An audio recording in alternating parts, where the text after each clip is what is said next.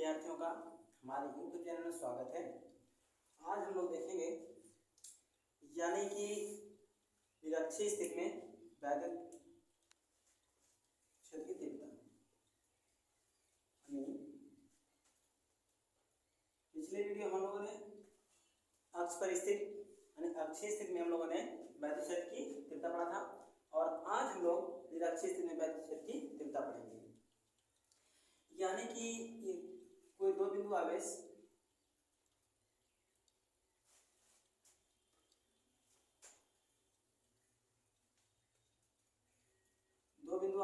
क्रमशः ए और बी, यानी ये हमारा बिंदु ए हो गया और बिंदु बी हो गया, और इसका मध्य बिंदु क्या हो गया, वो हो गया।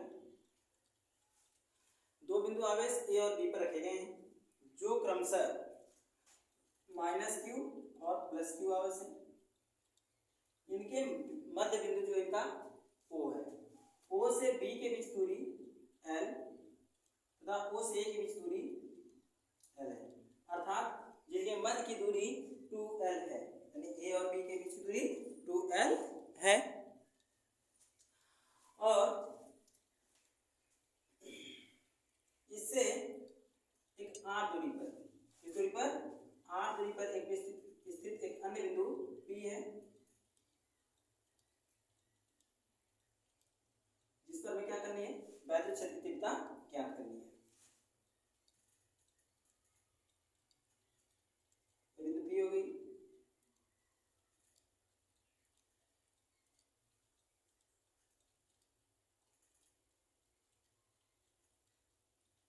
बिंदु P पर हमें क्या करनी है, वैद्युत क्षेत्र की तीव्रता ज्ञात करनी है। O से P के बीच दूरी कितनी है, R। अब हम लोग अगर बात करें तो P से B के बीच कितना दूरी है, यानी यह दूरी का निकालना होगा। तो यहाँ पर देखें ये हमारा एक समकोण त्रिभुज बन रहा है। तो समकोण त्रिभुज में क्या होता है, यानी पाइथागोरस की प्रमेय लगाते हैं कि कर्ण का वर्ग बराबर लंब का वर्ग प्लस आधार का वर्ग। इस तरह हम लोग देखें तो लंब पे हमारा r मिल रहा है और आधार पे क्या मिल रहा है, l मिल रहा है। इसलिए क्या हो जाएगा इसका वैल्यू, यानी r का स्क्वायर प्लस l का स्क्वायर। अब हमें करना क्या है, इसका मान निकालना है। तो क्या करेंगे, वर्गमूल निकालेंगे, यानी कर्ण बराबर हो जाएगा कर्णी में r square plus l square. इसका मतलब ये होगा कि जो आवेश क्रमशः a और यानी +q या -q, जो समान आवेश के समान परिमाण के आवेश हैं परंतु प्रकृति क्या है, विपरीत है, एक दूसरे से कितना यानी √r² प्लस l स्क्वायर के डिस्टेंस पर रखे गए हैं। तो इसकी दूरी हो गई r² प्लस l स्क्वायर, और ये दूरी यहां पर भी हो जाएगी। तो इसकी दूरी क्या हो गई,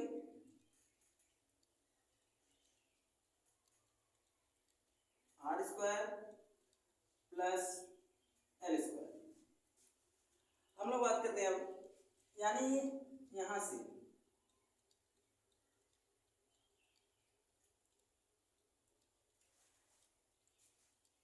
ये ऊर्ध्वाधर दिशा में हो रहा है और ये यानी वैद्युत क्षेत्र तीव्रता E1 और यहाँ पर क्या हो गया, E2 हो गया।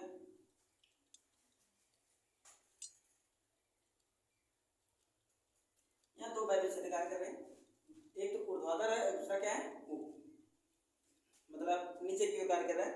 दूसरी तरफ बात कर ले वही हम लोग, यानी यहाँ से, तो यहाँ पर हमको मिलेगा, अगर हम लोग इसको क्या करें, यहाँ से यहाँ ज्वाइन कर दें,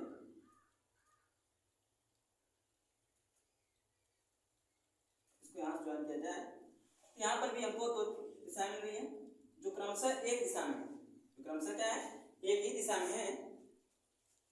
यानी कि इस दिशा में जो रहा है इसके लिए E2 sin थीटा, और क्या हो गया E1 sin थीटा। ऊर्ध्वाधर और नीचे की तरफ होंगे, ये क्या हो जाएंगे, यानी यहां पर मिल जाएगा E1 cos थीटा और ये क्या हो जाएगा E2 cos थीटा। क्षैतिज दूरी यानी ऊर्ध्वाधर दूरियों के लिए साइन तथा क्षैतिज दूरी के काट लेते हैं। अब ऐसा क्यों? क्योंकि हम लोग ट्रिग्नोमेट्री में क्या पढ़े हैं कि साइन थीटा बराबर लंब बटे कर्ण होता है। अगर यहां पर हम लोग बात कर लें दिशा की बात, लंब पे हमारा ई है, तो इसका मतलब ठीक है गुणा हम लोग कर दें तो क्या हो रहा है, यानी लंब के लिए मिल जा रहा हमारा साइन यानी कर्ण इंटू साइन थीटा। तो इस तरह से लंब के लिए हम लोग क्या करेंगे, ये लेंगे, यानी कि कहने का मतलब लंबवत दूरियों पर हम लोग क्या लेंगे, ई साइन थीटा, और क्षैतिज दूरी के लिए क्या लेंगे, ई कास थीटा लेंगे। अब इस तरह हम लोग देखें तो हम करेंगे क्या, यानी बिंदु P पर माइनस क्यू आविष्कार तीव्रता और बिंदु P पर प्लस क्यू आविष्कार तीव्रता का परिमाण निकालेंगे। साथ ही साथ यह करेंगे कि इनका कुल परिणामी तीव्रता क्या होगी इसे पता करेंगे हम लोग। तो जो कुल परिणामी तीव्रता होगी वही निरक्षीय स्थिति में क्या होगी, इस वैद्युत क्षेत्र जो निरक्षीय स्थिति में बना हुआ है इसकी वैद्युत क्षेत्र की तीव्रता हो जाएगी। तो हम लोग बात करते हैं आगे से, देखा है तो माइनस क्यू आविष्कार बिंदु यानी माइनस क्यू आवेश के कारण तीव्रता, माइनस क्यू आवेश कारण तीव्रता, यानी दो परिमाण के आवेश हैं, एक प्लस क्यू है दूसरा माइनस क्यू है।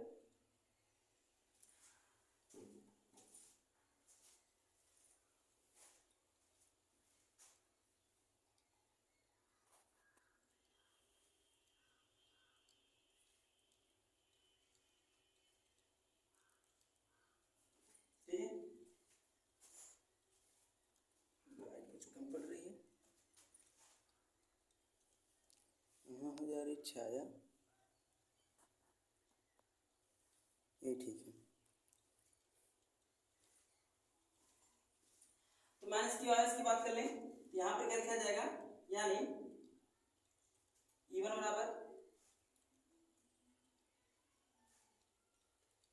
1/4 पाई एप्सिलॉन 0, और जो जिस माध्यम में स्थित है उसका परिवर्तन क्या है, K।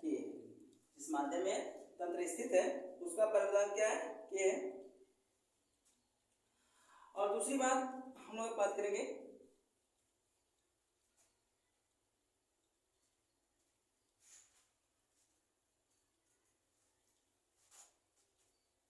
पहले घटक के लिए क्षैतिज घटक और ऊर्ध्वाधर घटक की बात कर लेंगे। देखा जाए तो ऊर्ध्वाधर घटक में देखें, चूंकि ऊर्ध्वाधर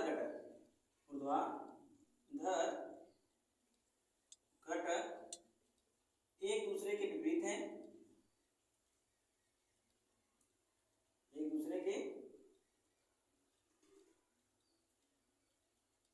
हैं, अतः परिणामी तीव्रता क्या रहेगी, परिणामी तीव्रता की बात करेंगे तो यानी E बराबर जब निकाला जाएगा, आवेश बराबर है दूरियां बराबर हैं, इसका मतलब परिमाण क्या होगा, परिमाण भी इनका सेम आएगा, परंतु एक दूसरे के विपरीत होने की वजह से एक धनात्मक और दूसरा क्या होगा ऋणात्मक होगा, अर्थात E बराबर E1 माइनस E2, जहां E1 बराबर होगा E2, इस तरह क्या हो जाएगा, यानी E बराबर हो जाएगा 0, अर्थात दिशा में एक दूसरे के विपरीत हैं जो एक दूसरे क्या करेंगे निरस्त कर देंगे। अतः क्षैतिज घटक लेने पर, कौन सा घटक, क्षैतिज घटक लेने पर, अब क्षैतिज घटक यानी ऊर्ध्वाधर घटक हमारे कौन से, ऊर्ध्वाधर घटक यानी कि E1 sin थीटा था और क्या था E2 sin थीटा था।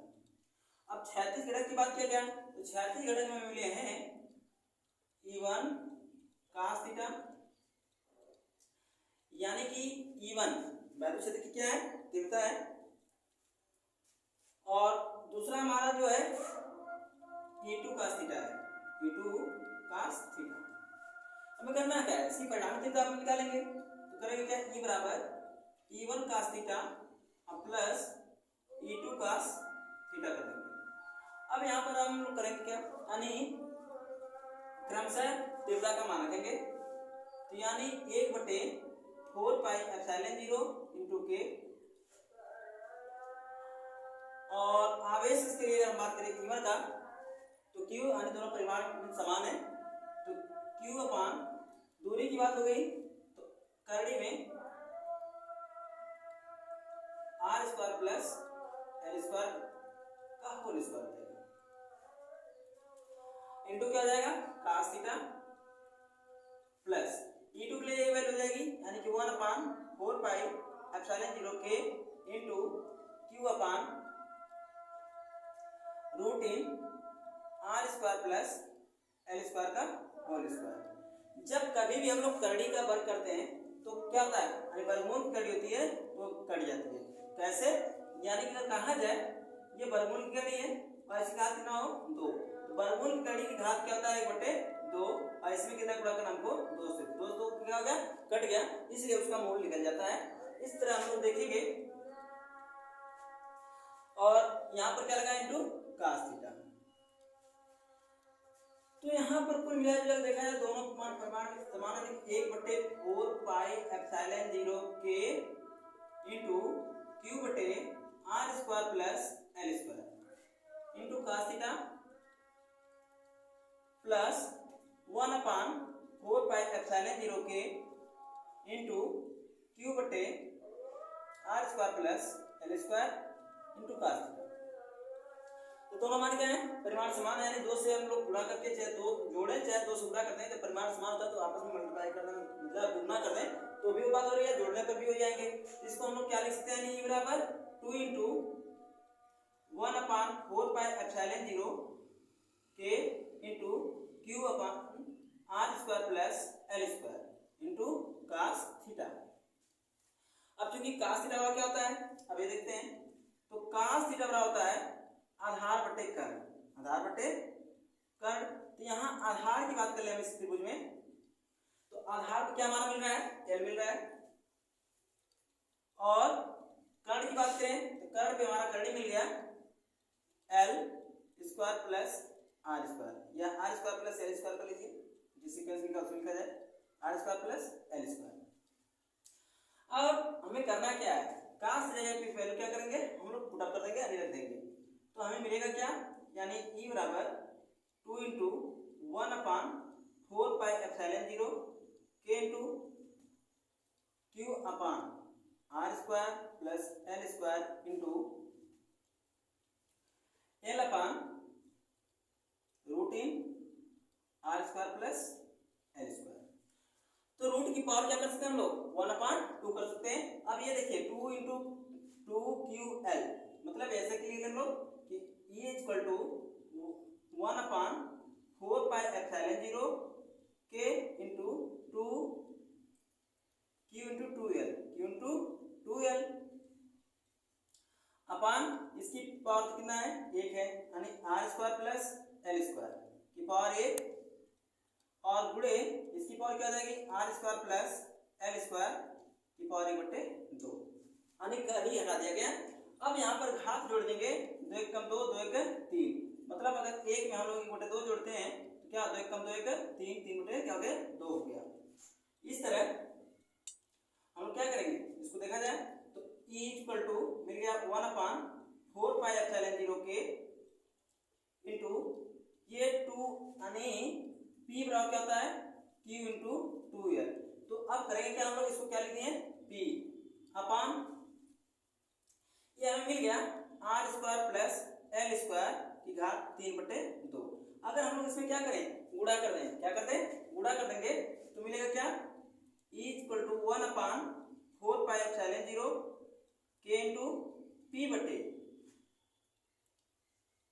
ये क्या हो जाएगा, यानी या सीधे सीधे लिख दें कि r square is more greater then l square, अतः l स्क्वायर क्या करने पर छोड़ने पर, l स्क्वायर को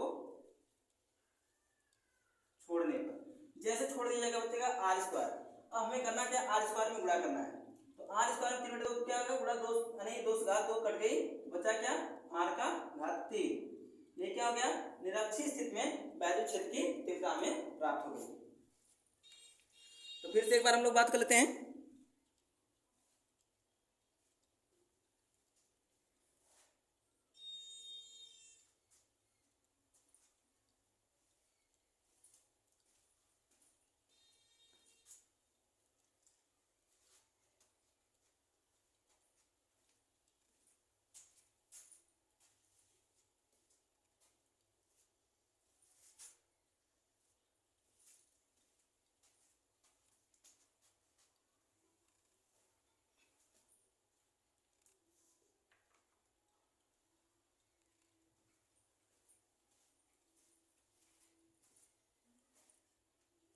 अब ठीक है लाइट।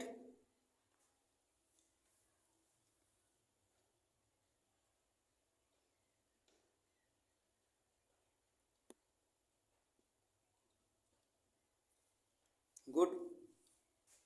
देखा जाए यानी कि माना दो बिंदु आवेश क्रमशः -q प्लस q समान आवेश समान परिमाण के विपरीत प्रकृति के आवेश एक दूसरे से 2l दूरी पर रखे गए हैं, जिनसे r दूरी पर स्थित एक बिंदु कोई बिंदु P है, जिस पर हमें इनके वैद्युत क्षेत्र क्या करनी, तीव्रता ज्ञात करनी है। और अब B से क्या किया गया, P यानी B से P के बीच दूरी और A से P के बीच दूरी निकाला गया, तो हमें मिला क्या, r² प्लस l² करने में। और ऊर्ध्वाधर की अगर ऊर्ध्वाधर में देखें हम लोग तो E1 sin थीटा और दूसरा क्या हो गया, E2 sin थीटा हो गया। और क्षैतिज घटकों की बात कर लें तो क्या हो गया, E1 cos थीटा और E2 cos थीटा, ये तो हमारे हो गए। अब चूंकि ऊर्ध्वाधर घटक हमारा E1 sin थीटा और E2 sin थीटा है, जो एक दूसरे के क्या है, विपरीत है, और विपरीत है तो एक दूसरे क्या करेंगे, निरस्त कर देंगे, यानी E इक्वल टू परिणाम तीव्रता निकालेंगे, E equal to E1 minus E2। अब जहां E1 और E2 क्या है, बराबर है, इसे क्या हो गया, E बराबर 0। अतः हम लोग कौन सा घटक लेंगे, क्षैतिज घटक लेने पर। जैसे हम लोग क्षैतिज घटक देखें तो हमारा क्षैतिज घटक क्या हो गया, E1 cos थीटा और E2 cos थीटा, तो परिणाम तीव्रता क्या हो जाएगी, यानी E equal to E1 cos theta plus E2 cos theta. अब E की जगह हम लोग E का मान लेते हैं, E का मान क्या हो गया, 1/4π into q बटे r स्क्वायर होगा। r का यहाँ पर क्या मिल रहा है हमको, ये r तुम्हारा लंबवत है और हमें s दूरी को लेना है r की जगह पर, तो ये दूरी हमारी क्या मिल गई, यानी कि root in r² plus l² का होल स्क्वायर इंटू क्या है, cos थीटा। यही प्रक्रिया हम लोग इसके साथ किए। अब यहाँ पर मैं देख, यानी कि जब कभी भी वर्गमूल करने का पर किया जाता है तो कभी हट जाती है। इस तरह क्या हो गए, r² प्लस l² यहाँ पर भी और r² प्लस l² यहाँ पर भी है, तो दोनों मान समान है, परिमाण क्या है, समान है, क्योंकि आवेश समान है, दूरियां समान है, नियतांक भी समान है, इसलिए हमने क्या किया, उन्हें जोड़ दिया। या ऐसा भी कर लें, इन दोनों को आपस में क्या कर दिया, मतलब 2 से गुणा कर दिया, तो जुड़ गए। तो 2 into 1/4π0 k into q बटे r² plus l² into cos theta. अब तो ये cos थीटा क्या होता है, आधार बटे कर्ण। आधार का हमारा क्या है, यानी l है और कर्ण की वैल्यू है, और इनका क्या किया गया, अब cos थीटा पे cos थीटा क्या रखेंगे, मान रखेंगे। तो E equal to 2 into 1/4π0 k into q upon r² plus l² into l by root in r² plus l²। अब जरा यहाँ पर देखा जाए 2ql, यानी p बराबर q इंटू क्या होता है, 2l होता है।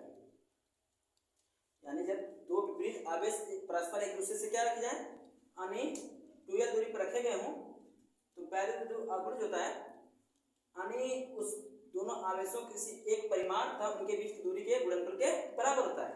तो p equal to q into 2l हो गया। इस तरह हम लोग क्या करेंगे इसको, यानी कि हम लोग इसको क्या बना लिया, इसको हमने p लिख दिया। अब यहाँ पर बात कर ले हम जरा इनकी घातों की, तो r² प्लस l² हमने उसकी पावर कितना बना दिया, 1, यानी होल की पावर कर दिया, इनटू इसकी पावर क्या कर दिया, निकली हटा दिया तो पावर 1/2 कर दिया। अब यहाँ पर पावर 1 और पावर 1/2 है, आधार समान होने पर घातों क्या करते हैं, जोड़ लेते हैं। 2 1 कम 2 1 3, हमारी घात क्या बन गई, 3/2 बन गई। अब इस तरह में क्या मिल गया, E बराबर 1/4π0 k into p upon r² plus l² की होल की पावर 3/2। अब जहां पर बताया हमने कि r² is more greater than l², R square is more greater than L square, अतः एल स्क्वायर को छोड़ने पर। अब जब एल स्क्वायर छोड़ दिया गया तो मिला क्या हमको, तो कहेंगे आर स्क्वायर और गुणे घात कितना 3/2। अब यहाँ 3/2 यानी 2 से 2 क्या हो गई, कट गई, मिल गया क्या आर का क्यूब। तो ये क्या हो गया, कहेंगे निरक्षीय स्थिति में वैद्युत क्षेत्र की तीव्रता निकल गई। तो फिर हम आगे देखा जाए।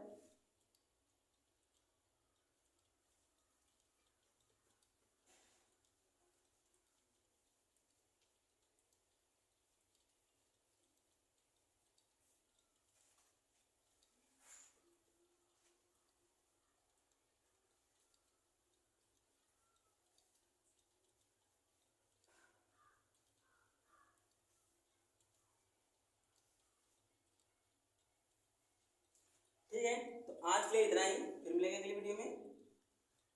अगर हमारी वीडियो आपको पसंद आए प्लीज लाइक, कमेंट, सब्सक्राइब और शेयर जरूर कीजिएगा। धन्यवाद।